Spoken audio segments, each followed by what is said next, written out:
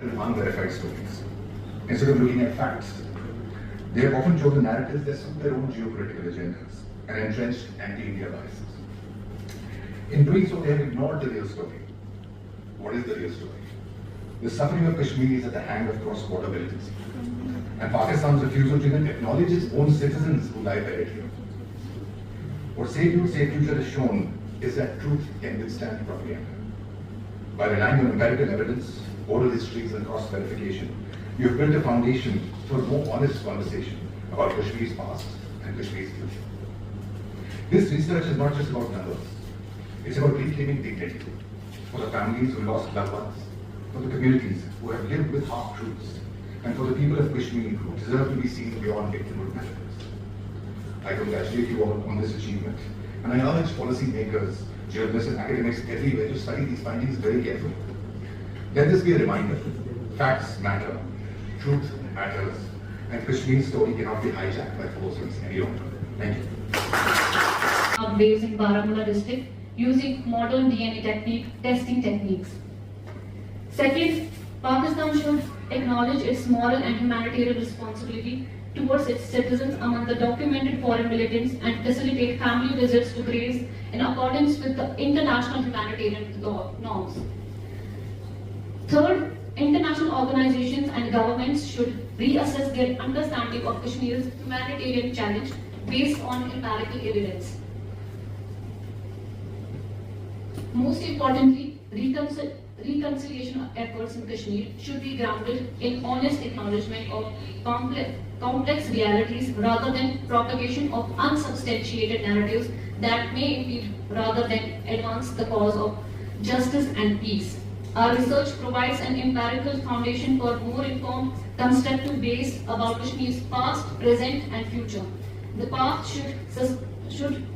path to sustainable peace must begin with truth. We have endeavored to contribute to that truth through systematic investigation and verifiable evidences. Thank you so much. Subject text, one of the most sensitive aspects of our recent history. For decades, the issue of unmarked graves has fueled public perception, political debate, and even international narratives. Our objective was not to repeat that what has already been said, but to place before society verified, field-based evidence that can serve as foundation for honest discussion and healing. Our motivation was shaped by three concerns: humanitarian. Families of the missing deserve answers based on fact, not speculation. Reconciliation. Healing cannot begin without truth. Unverified claims only deepen bonds. Constructive solutions. Conflicts are resolved through systematic inquiry, not through ideologically driving assumptions. We sought to bridge the gap between myth and reality, ensuring that discussions on this issue are rooted in facts that can withstand scrutiny. The research was conducted from last 6 years, since 2018 till December 2024, using what scholars call triangulation, verifying findings through multiple sources. Physical sites visits to 373 graveyards across 4 border districts of Jammu and Kashmir. Community and local interviews with religious leaders, grave diggers, families of missing persons, surrendered militants, families of militants, and local residents of Kashmir Valley. Cross-checking with official records and existing documentation, and also photographic evidence and mapping of grave sites. Every piece of data was verified across multiple channels to eliminate guesswork and ensure credibility. Our documentation covered 4,056 graves across the districts of Baramulla, Kupwara, Bandipora, and Ganderabad. The evidence points to a reality quite different from many assumptions. As we see, the majority of the graves belong to militants, both foreign and local militants of Jammu and Kashmir. a small percentage belongs to civilians, and a number of graves, 276 in total, remain unmarked and require further investigation. 276 unmarked graves. We also, during our survey, our field work, we documented around, 70 to 100 graves of tribal fighters from the 1947 conflict, which had often been misclassified in early, reports I can see. This classification into foreign militants, local militants, civilians, tribal fighters, and genuinely unmarked graves brings clarity where there was once ambiguity. We choose these districts like Baramulla, Kupwara, Bandipora, and Gandharbal as these were the main routes of infiltration, and the results must cited in earlier reports of unmarked graves. Resources limitations restricted our study to these 4 districts for now, but we plan to extend this work to other parts of Jammu and Kashmir as well. The study represents the first systematic field verified documentation of unmarked graves in Kashmir. Our findings directly challenge unverified claims, offering instead a grounded perspective backed by evidence and field work. We also discovered that proper records existed in most cases, countering the narrative of widespread, systematic, secret burials. And in fact, in future, our future plans, there are so many future plans, but specifically I will discuss here the important ones.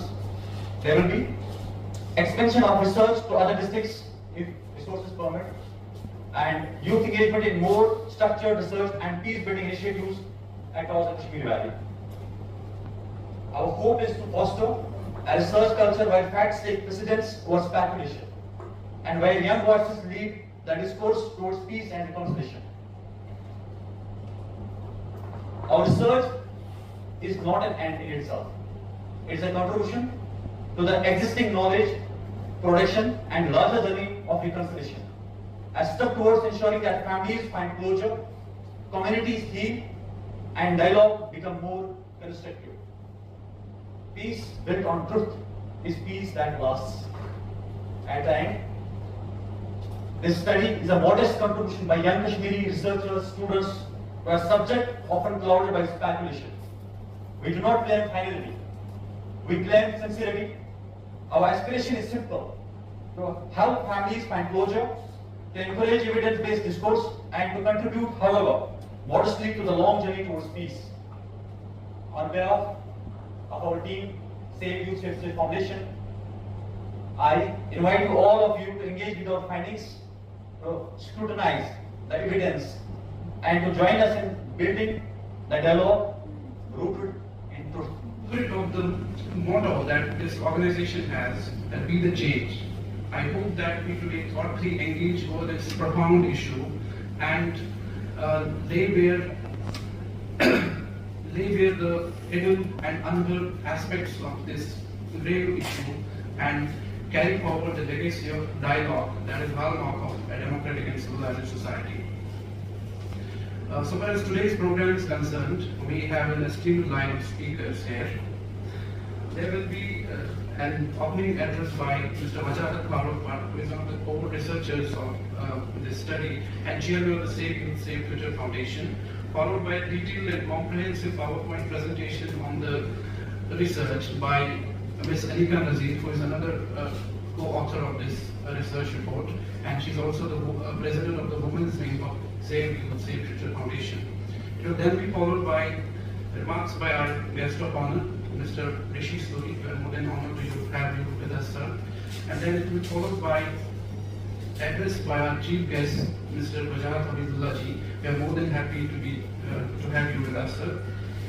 After that, we'll formally release and unveil the research report, and then we will carry out a question and answer session to discuss the issue. Finally, at the end of the program, there will be refreshments for you as well, which will be served in the refreshment room.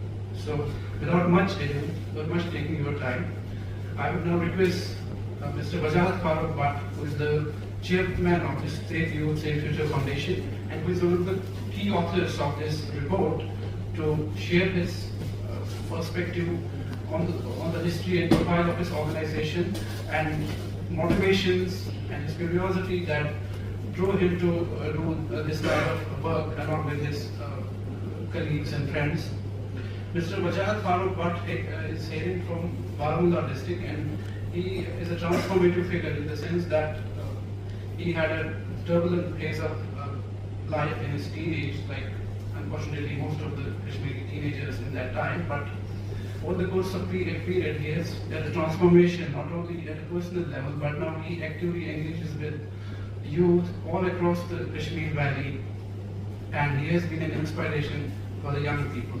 Over to Wajahat. Please welcome Wajahat Farooq.